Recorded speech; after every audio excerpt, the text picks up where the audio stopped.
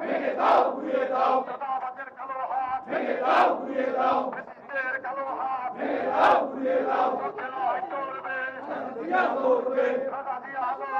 চলছে লড়াই চলবে মা মাটি ডাকছে তারেক রহমান আসছে মা মাটি ডাকছে কে বলেছে জিয়া সারা বাংলায় এক হও লড়াই করো জিয়া সৈনিক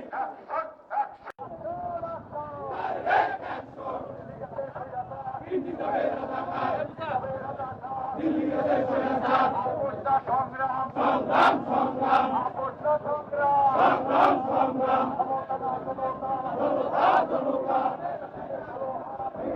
ঘুরিয়ে দাও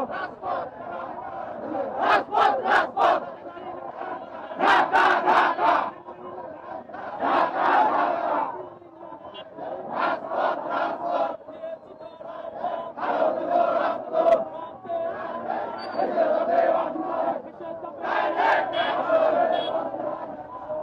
direct action রাজপথ কাঁপছে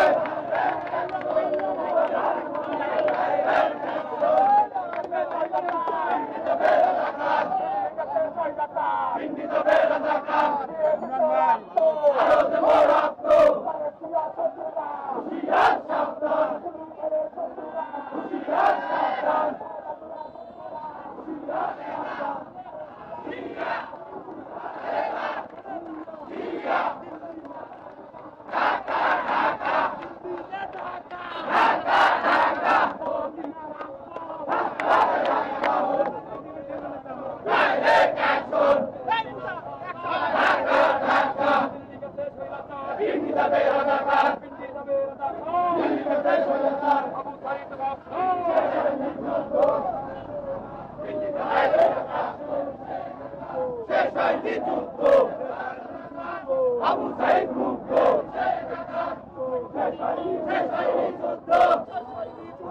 আবু সাইদ মুক্ত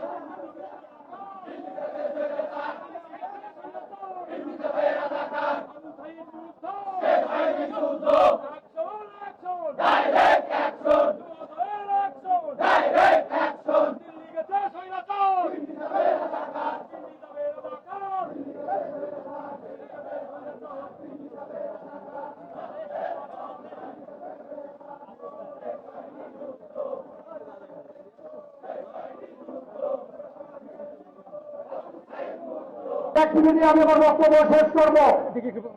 আমার বক্তব্যটা একটু অন্য ধরনের। আমরা যারা এই জায়গায় উপস্থিত আছি, আমরা কারা কারা ফেসবুক ব্যবহার করি একটু হাতটা উঠাবো। আমি ধরে নেই 90% লোকই আমরা ফেসবুক ব্যবহার করি। আমরা যখন রাজপথে আন্দোলন সংগ্রাম করি, এখন আমাদের আন্দোলন সংগ্রামের আরো একটি জায়গা তৈরি হয়েছে, সেইটি বলছি সামাজিক যোগাযোগ মাধ্যম। আমাদের প্রিয় নেতা তারেক রহমানের বিপক্ষে যে স্ট্যাটাস দেওয়া হয় সেগুলোতে কিন্তু আমরা কমেন্ট করি না। আমাদের তারেক রহমান যে সমস্ত বক্তব্য দেয় সেগুলোকে আমরা শেয়ার করি না। যুবদলের সভাপতি সাধারণ সম্পাদক যে বক্তব্য দেয় সেগুলোকে আমরা শেয়ার করি না। আমরা সবাই সজাগ থাকবো অনলাইন প্ল্যাটফর্মে যে যে স্ট্যাটাস দিল আমাদের দলের বিপক্ষে আমরা কমেন্ট করে সেগুলো প্রতিবাদ জানাবো। স্ট্যাটাস দেওয়া হবে সেগুলো শেয়ার করে আমরা একাত্মতা ঘোষণা করবো।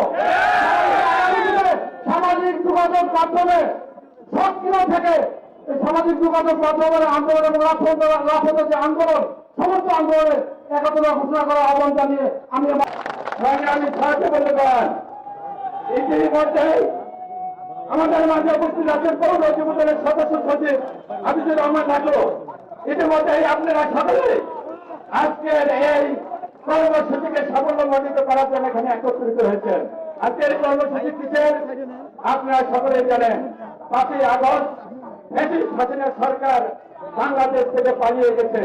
কেন পালিয়ে গেছে?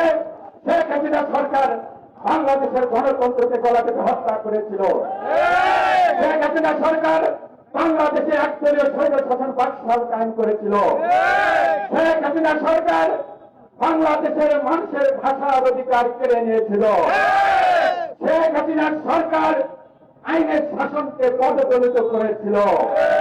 শেখ হাসিনার সরকার ভিন্ন মতে রাজনৈতিক দলগুলোর প্রতি দমন পীড়ন করেছিল। বন্ধুরা আমার, সেই কারণে ছাত্র জনতার ঐক্যবদ্ধ আন্দোলনের মধ্য দিয়ে 5ই আগস্ট শেখ হাসিনা বাংলাদেশ থেকে পালিয়ে যেতে বাধ্য হয়েছে।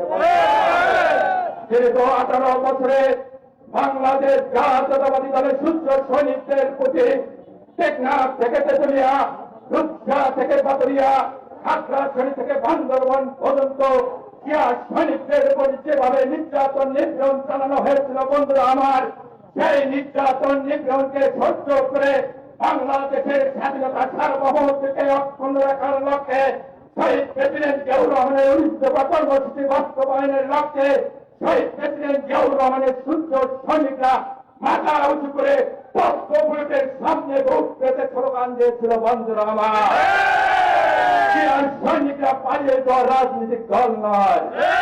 কিন্তু আমরা কি লক্ষ্য করিলাম? ওই ঢাকার মিট ধরে একটি হত্যাকাণ্ডকে সংগঠিত হওয়ার পরিপ্রেক্ষিতে বাংলাদেশের একটি রাজনৈতিক দল যারা স্বাধীনতা সার্বভৌমত্বকে বিশ্বাস করে না, ওই 71-এর পরাজিত শক্তি আমরা বর্তমান সমাজের প্রজন্মের ছাত্ররা যুবনেতারা ভেবেছিলাম 71 থেকে তারা শিক্ষা নিয়েছে, বর্তমানে তারা স্বাধীনতা সার্বভৌমত্বকে হৃদয়ে ধারণ করে আগামী দিনে আমাদের প্রিয় নেতা তারেক রহমান সাম্য মানবিক রাষ্ট্র গঠনের যে ডাক দিয়েছে, জাতীয় ঐক্যের যে ডাক দিয়েছে, তার ডাকে সাড়া দিয়ে সবাই মিলে একটি সুন্দর সামগ্রিক সমৃদ্ধশালী বাংলাদেশ আমরা প্রতিষ্ঠিত করব। বন্ধুরা, এই বাংলাদেশের স্বাধীনতা ঘোষণা দিয়ে 9 মাস অস্ত্র নিয়ে যুদ্ধ করে বাংলাদেশকে মুক্ত করেছেন সেই জিয়াউর রহমানের সন্তান। ভুলে গেছেন জিয়াউর খান? তারেক রহমান তারই সন্তান বেগম খালেদা জিয়া।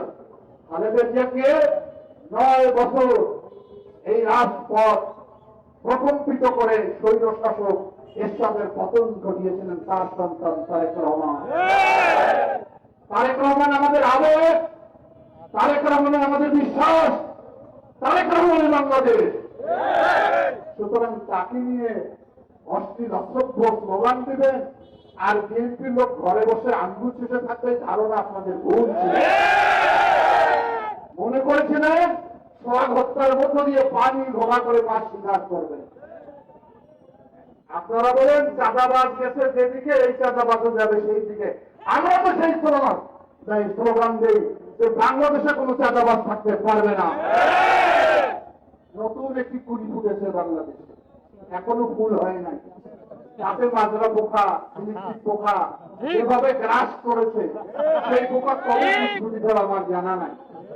আমি মনে করি, আমি আশা করেছিলাম যে এই অভ্যুত্থানের মধ্য দিয়ে সংগঠিত দলটি একটি ভালোবাসার দল হবে, একটি দেশপ্রেমিক দল হবে এবং মানুষকে শ্রদ্ধা করবে, রাজনীতিবিদকে শ্রদ্ধা করবে এবং তাদের বক্তব্য যেন সারা বাংলাদেশের মানুষকে আকৃষ্ট করে।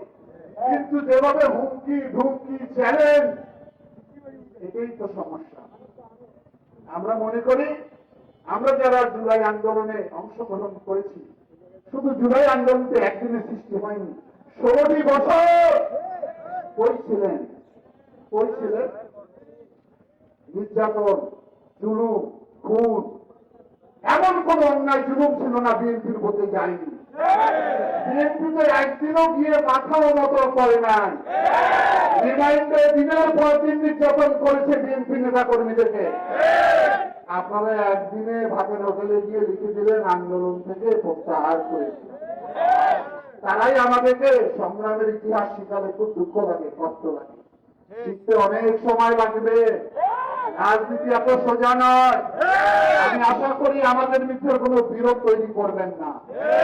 আমাদের ভিতরে বিরোধ তৈরি হয়ে ও পতিত শাসকরা, পতিত শৈল শাসকের দোষরা মাথা ছাড়া দিবে। সেটা গতকালকে গোপালগঞ্জে যাওয়ার পায়তারা করেছে। সেখান থেকে শিক্ষা নেই, যাতে এই ধরনের গোপালগঞ্জ বাংলাদেশের অন্য অঞ্চলে সৃষ্টি না হয়। আমরা ঐক্যবদ্ধ থাকতে চাই। আমরা একটি গণতান্ত্রিক মানবিক স্বার্থের বাংলাদেশ গঠন করতে চাই। তারেক রহমান বারবার যে নির্দেশনা দিচ্ছে, যে আহ্বান জাতিকে জানিয়েছে, গোটা জাতি এখন তার মুখে থেকে তাকিয়ে রয়েছে। আপনারা তার চরিত্র হনন করে তাকে নিয়ে যা তা স্লোগান দিবেন, এটা আমরা মেনে নিতে পারি না। আমরা মনে করি আগামী দিনে আমরা শৈল শাসকের বিরুদ্ধে যেমন লড়াই করেছি, ফেসিবাদ শক্তি যাতে মাথা চাড়া না দেয়, সেজন্য আমাদের ভিতরে ঐক্যবদ্ধ থাকতে হবে। পানি ঘোলা করে মা স্বীকার করার চেষ্টা করবেন না। ঘোলা পানি পরিষ্কার করতে আমাদের বেশি সময় লাগে না।